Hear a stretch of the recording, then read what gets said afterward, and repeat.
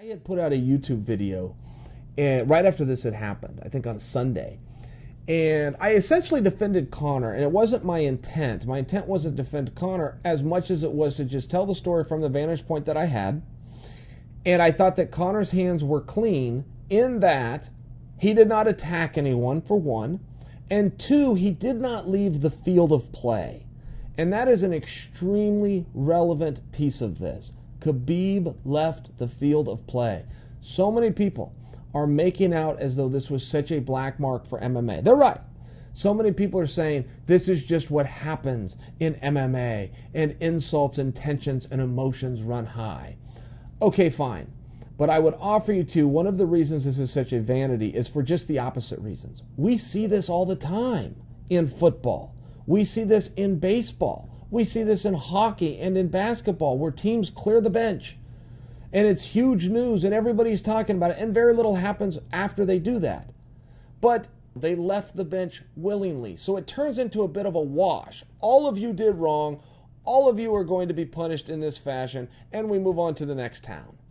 In MMA, it is very rare, and when you leave the field of play, in this case the octagon, it does change the circumstances. I even heard some people putting pressure on Dana White.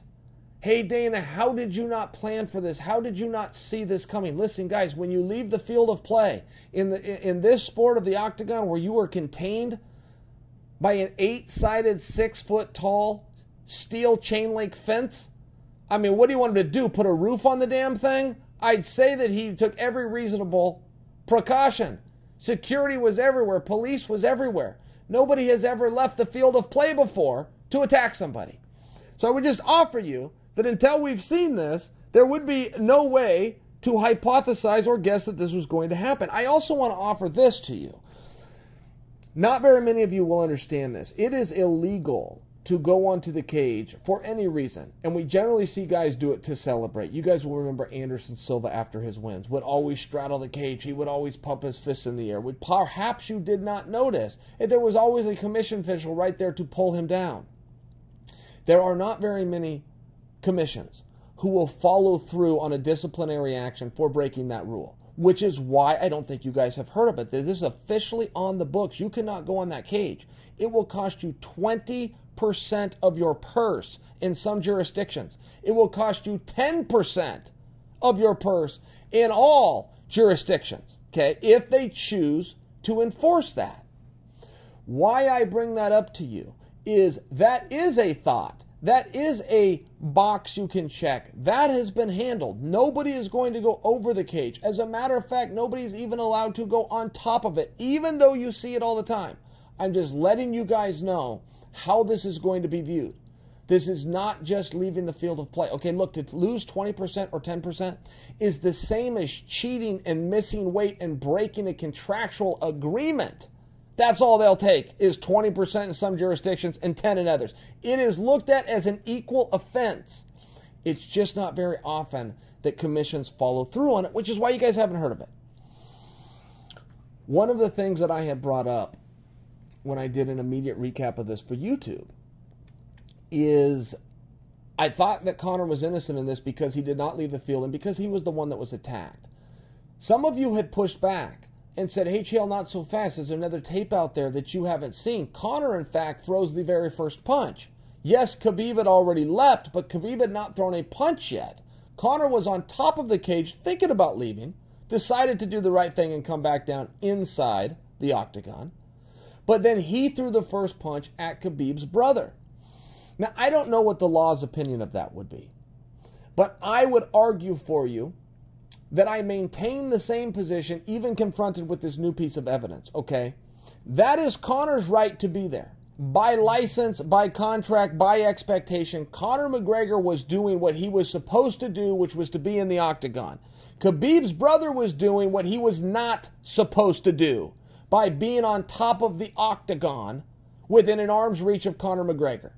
Does that give Conor the right to strike him? In this scenario, when a melee is breaking out and Conor is now face-to-face with somebody who is in some place that he should not be, and Conor has a reasonable expectation to feel threatened?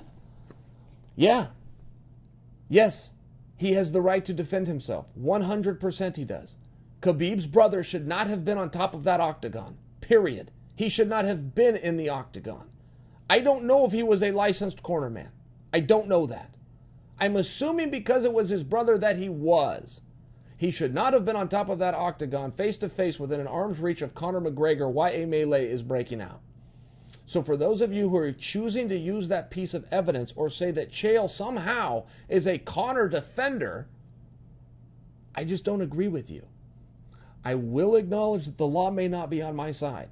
I know the law does not like it when somebody throws the first punch, but I don't know how that would work. I am more than allowed to throw a first punch. I am more than allowed to fire a shot if you come into my house and you aren't supposed to be there. This is not the same thing, but I would use the same argument. Conor was where he was supposed to be, doing what he was supposed to be doing. The gentleman who jumped up alongside him in the middle of a melee within arm's distance and stopped, I would have a reasonable belief was there to attack and do him harm. I heard the commission attempt to come out and say that Conor throwing that punch is what led to other people to come into the ring. I do not think that that is an objective view, and I do not think you would get a jury to go along with that. Okay? There will never be a jury. This will be an extremely biased backroom deal done by the commission. But they are pretty level-headed and objective people, and I think they've already proven that. They've come out so far to give both guys a 10-day suspension while they look into this, and they are essentially refusing comment, aside from what I just gave to you, until that investigation is done. Well, that seems reasonable to me. That seems very reasonable and responsible. Whenever we hit a knee-jerk reaction on any level of discipline, court of law, commission, our own personal lives, think about the apologies you guys have had to go back to somebody and go, hey, you know what, I'm really sorry about that. Well, you probably made a knee-jerk reaction. You probably didn't have all the evidence. You probably blew up. You looked at your own demeanor and said, you know what, I owe an apology here. So I think the commission deserves some credit for that. The new footage is coming in. New data is coming in. When they released Conor's check to him, the same night that they withheld Khabib's check, they did not have the piece of evidence of the footage that Conor had thrown the first punch. I still don't see the relevance to that. I personally do not see that. But there could be some. I think I need to be open like the commission's open. So I don't want to influence you guys. I want to come to you guys, share my opinion, but also tell you that we aren't going to have an argument if your opinion isn't mine. And I also want to have the right reserved to come on here at another day with a different opinion. But I think that I would be very surprised if any more data comes in. I didn't have that video, but I did watch it firsthand. I was there live. I saw what happened. My eyes couldn't be in two places at once. I admit that. Much like the commission, who was also there, they didn't see everything. You either had to look to Khabib and Danis in the crowd, or you had to look to Conor and the melee that was going on in there. So most of us did what I did, which is have my head on a swivel and attempt to take it all in, and there were things that I missed. But that is why, like it or not, that is why Conor got his check. He was deemed to have done nothing wrong because they did not yet know that he had thrown that punch, versus Khabib, who did not receive his payment, okay, because they knew he had taken a bad action.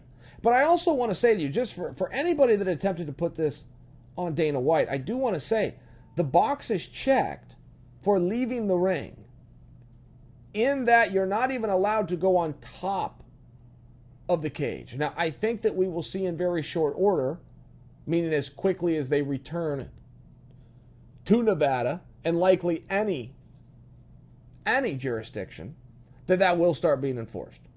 You are not supposed to go on that cage. They tell us that ahead of time. Every time I see an athlete do that, I scratch my head and go, what are you doing? You can't do that. They're letting you, why are you doing that? What do you do from here? Let's see. But before you attempt to place blame or make some ridiculous argument, I mean, I've heard them all. Guys, I've heard all the arguments. And quite frankly, I've heard some pretty bad ones out there. Well, you know, Conor attacked the bus. Look, I got that. Conor had a street morality and a principle to this whole thing. Yeah, I did a bad action to you. You returned it to me. That's the way it goes. Well, Conor was right. He was objective and fair about that. But for the people that say that a bus was attacked and therefore Khabib had the right to break bad on him, I would just offer to you, okay, Khabib did not attack somebody that he saw outside the window of that bus. That would change the scenario, at least by street terms. At least in trying this thing in the court of public opinion, it would change our mind. If there was an aggressor the day that Khabib was on the bus, that Khabib had an eye out for and had never come in contact with and finally saw through the fence and had a recollection and all this vision of coming back, of all the damage and the harassment and the PTSD and everything else that went on in that traumatic incident. That's not what he did. He went after Dylan Dennis. Dylan Dennis lives in New York. Dylan Dennis wasn't at that incident. He didn't get on that plane from Ireland and fly over. He didn't break into the Barclays Center. He didn't do any of those things. So what was Khabib's beef with Dylan Dennis? Maybe he has one. Maybe the drama will continue and we'll get to hear what that was. But for those of you choosing to make the argument that this was retribution for the bus attack, you're off base on that one. If you're choosing to just accept that this was fair play because of that, well, then just admit that. Just say, look, I'm not an objective guy, but I've got a very limited amount of details. Conor did something bad to them. Khabib did something bad back to Conor's guys, so what the hell? That's a crappy, unlogical, uneducated, poorly thought out argument by you.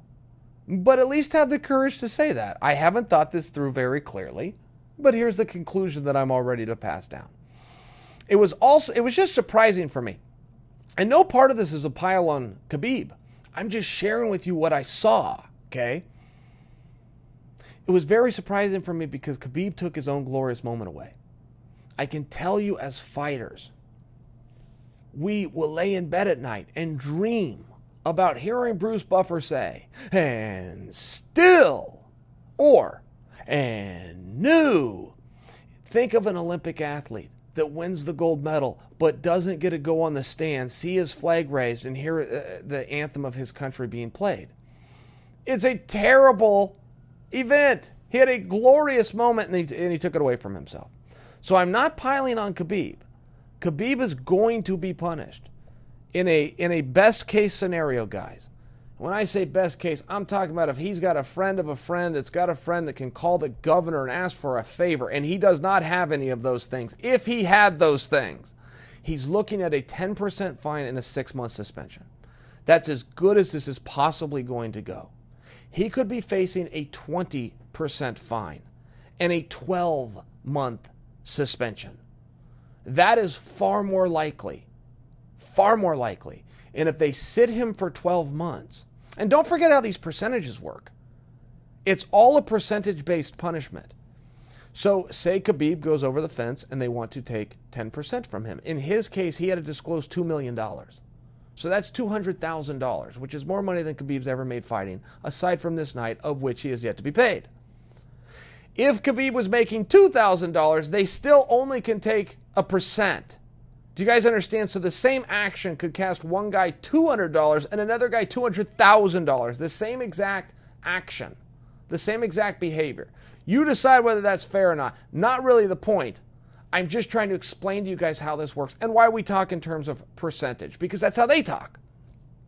NFL's different. Boom. This is 75 grand. This is 100 grand. This is going to cost you 5 games. NFL's different. In our sport, it's percentage based. So Khabib is going to be punished. And guys, if they sit him for 12 months, he's going to get stripped. Regardless of what you hear. He will be stripped.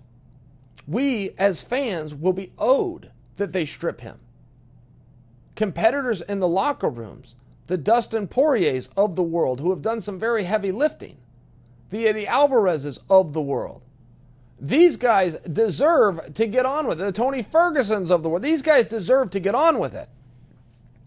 They're not just going to hold it up for 12 months.